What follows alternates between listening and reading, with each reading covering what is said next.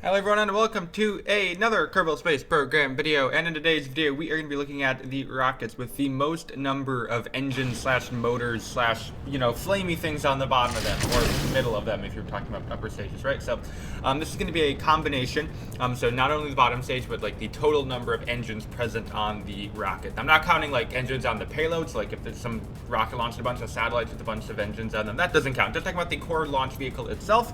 We're going to be counting down the top 7, and we're starting off with the Delta II, which has 11 engines in its maximum configuration. That being a 1 engine on the Centaur, 9 engines as SRBs, or they'd be motors, right? We just deployed 3 of them, or staged away 3 of them, and then we have 1 main engine on the bottom of the stage. So Delta II has 11 engines. Really cool rocket. This is the Teal Rocket. So the way it works, if you don't know, is it lights, and this is the most SRBs you can have. You can have less SRBs, but this is for the most heavy payloads.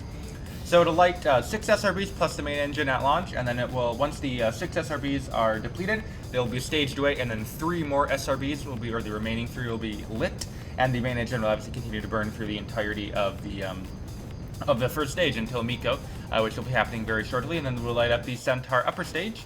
There it is, and it is now on the roll, and it is going to be on its way into orbit. Now, quick thing I want to say about this video, I really hope I didn't miss anything. There's no websites where they just like count down the, I guess no one really searched this before, so I think I have this in the right order, but if I don't, sorry. It's just, there's a lot of rockets, and I don't know. I mean, I'm sure, I bet there's someone who's launched some like weird model rocket with like 50 engines. I'm talking about orbital rockets here, so I think I'm right. I don't know. I really hope I'm not forgetting anything. That'd be an absolute meme if I am. But yeah, sorry if I am. Don't unsub. I guess maybe if you want to. But anyway, we're coming on to our 6th place. Now, 7, 6, and 6, right? They're tied. They both have 11 engines. So this is the Proton Rocket, and sorry for the kind of bad recreation. There's 2 rockets I cannot make in stock KSP. Those being the Proton. This is like acceptable, I guess. It's not even close to the best thing. I don't know. I have issues with Proton. I can't even get that fairing to look right. It is kind of a weird shape, but still. So one of them I can't do stock. I'm bad at is Proton, and the other one I'm bad at. You will see a little bit later in today's video. But so yeah, we're burning the bottom stage. This is the Proton M. So I did have to give these a ranking because Delta II and the Proton have the same number of engines. So the reason I put Proton above Delta II is because Delta II, is it's an optional thing, right? Because sometimes it'll launch with less, sometimes it'll launch with more, or not more, but like, up to 11 is the maximum. So the and SRBs, solid rocket booster, they're boosters or motors, and they're not really typically referred to as rocket engines. So I don't know, technicalities, right? The Proton M has a lot of stages. It has the bottom stage, 2nd stage, 3rd stage, and then the Breeze upper stage, 4th stage. So many stages. The stages galore on this thing.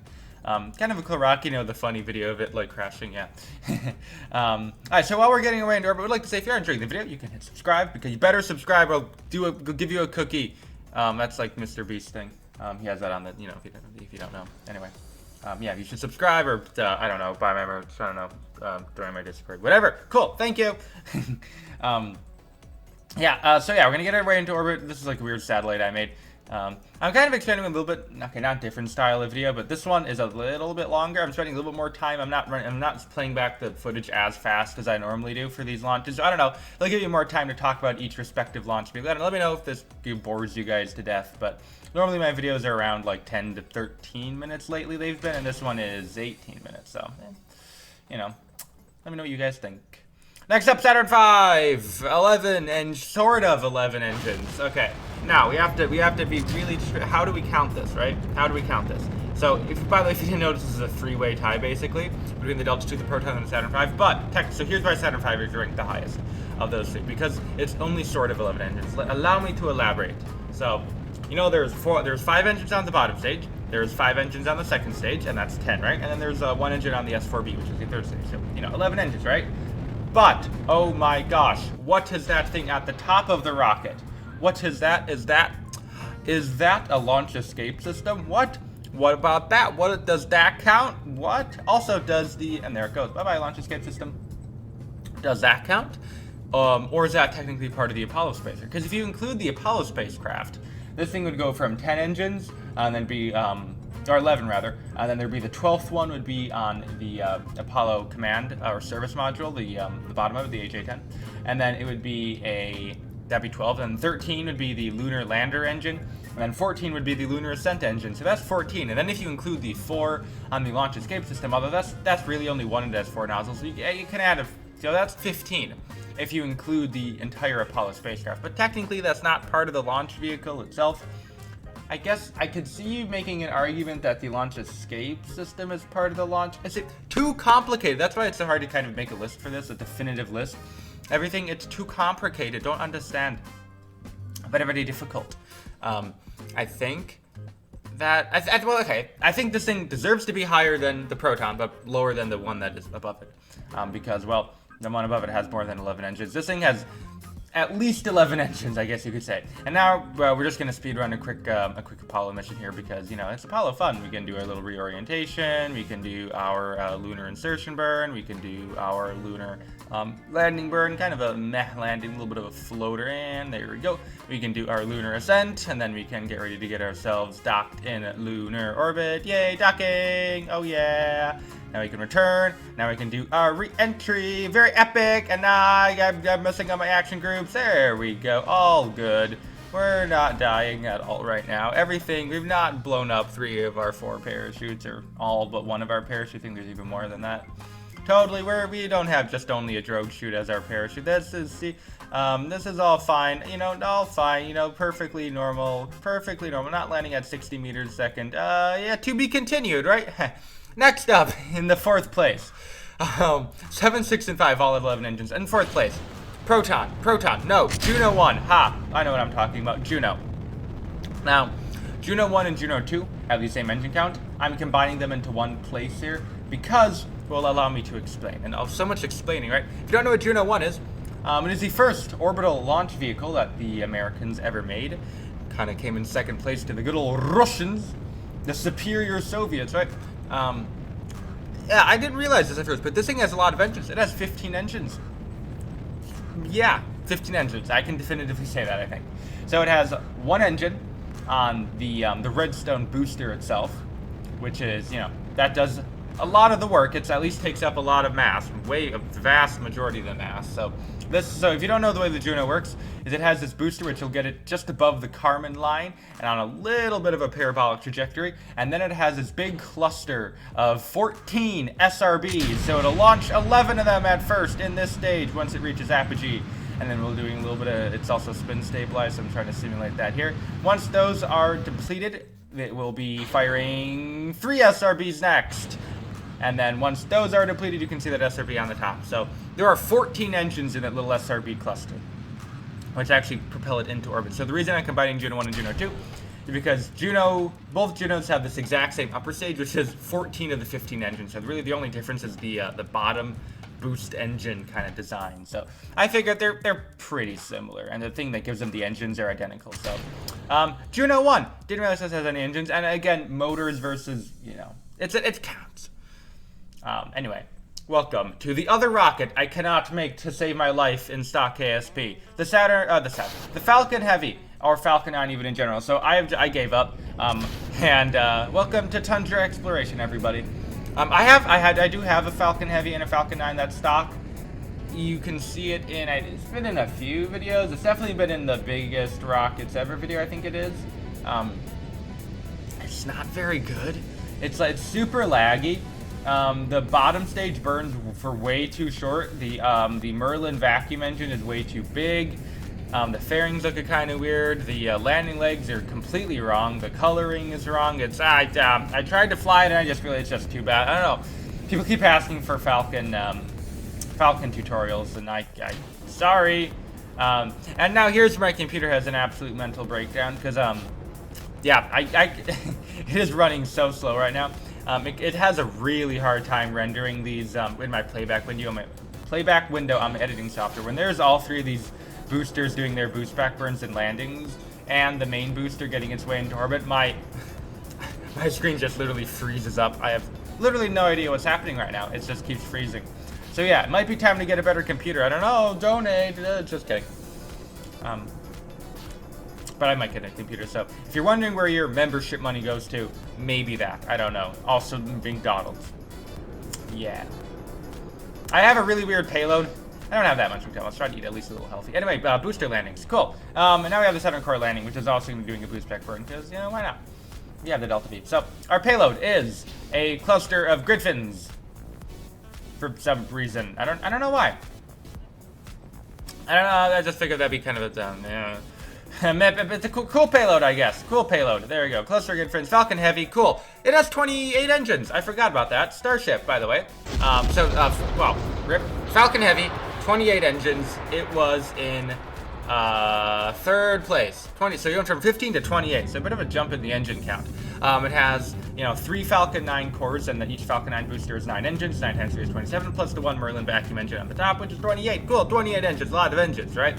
Starship, 39 engines, depending on who you ask.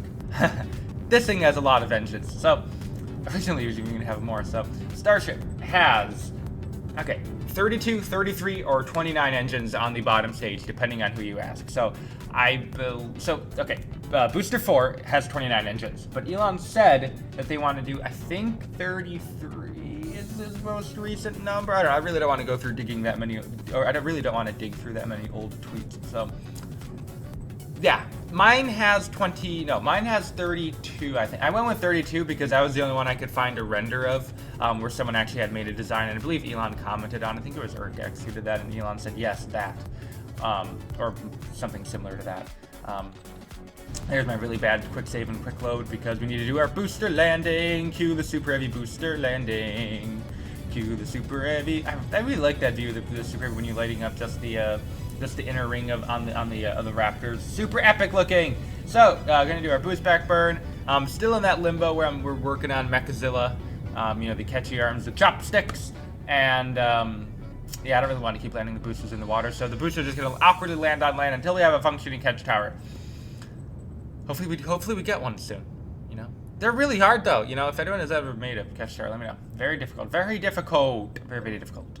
Anyway, we have our main ship is chugging along into orbit as our super heavy is getting ready to light up for its landing burn. There's the landing burn start up, and here is the Starship is just burning its 3 vacuum engines now on its way into orbit. We super heavy landing, touchdown, cool. Now it's just the Starship, which is almost in orbit. Hopefully it gets there soon. Come on, brother, you can do it. Come on, little Timmy, you can Timmy. I don't know if I just named Starship Timmy. Oh right, so there's 32 on the on my bottom stage, right? And then you have to add up the 3 sea levels and then the 3 vacuums, which is another 6. So 32 plus 6 is 38. Or you could say if there's 33 engines on Super, which I think that'd be 39 engines rather. But if you're going with 29 and then plus another 6, it would be 35. So either way, it doesn't affect its ranking, because when you get up into the high engine count, they just kind of exponentially increase. So there's not that many rockets in its engine range, obviously, because there are a lot of engines. So it wouldn't really change its place in the ranking. It'd have to lose 11 engines to be less than super heavy, and would have to gain more engines, a lot more engines, to get more than the first place. But Starship, if it works out, will be which is pretty cool. It'll have the 2nd most engines ever flown on an orbital rocket, which is pretty cool. Hopefully they all work, although I guess you can afford to lose a few of them and you won't die, but probably don't want to lose more than like 10, because that'd be bad.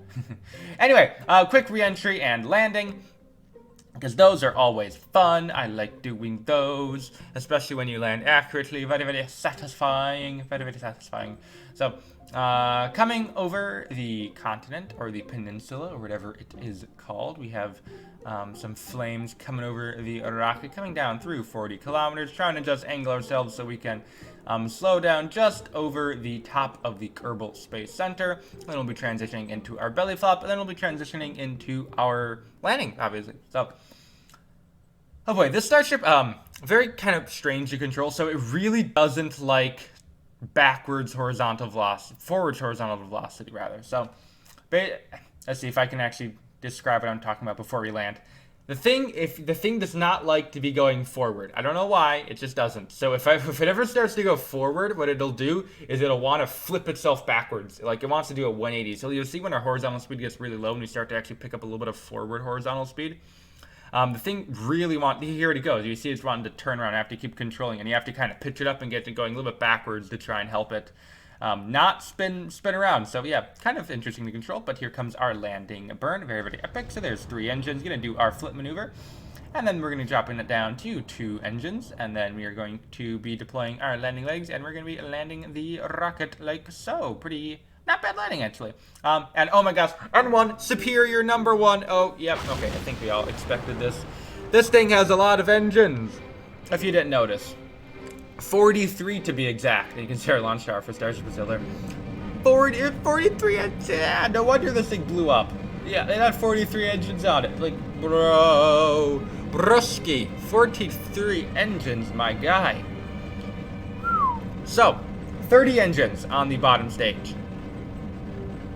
Alone. Yep, just 30. 8 engines on the second stage, which brings us to 38. 4 engines on the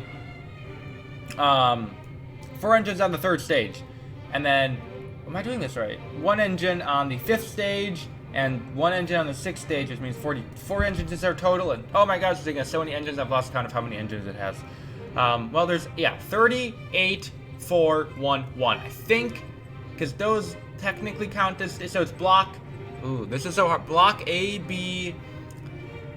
Okay, nope. I need to call up. What's that guy called? Like Anton, the guy who runs Russian space. Everybody knows like everything about Russian rockets ever. It's like Antonov something or the other. I think. Need to call him up. Figure out. Because that guy, I don't know how that guy knows like literally everything. I can't remember all this stuff off the top of my head. Too hard. Anyway, we're going to do another abbreviated mission. So here is our lunar insertion, lunar injection. I mean, technically, I don't know if you should. I think these engines would count. At least I believe they're technically part of the N1. I don't. It's so hard to, because the Russian doesn't always have this clean separation between spacecraft and launch vehicle like the U.S. and like the Western countries do. So I don't know.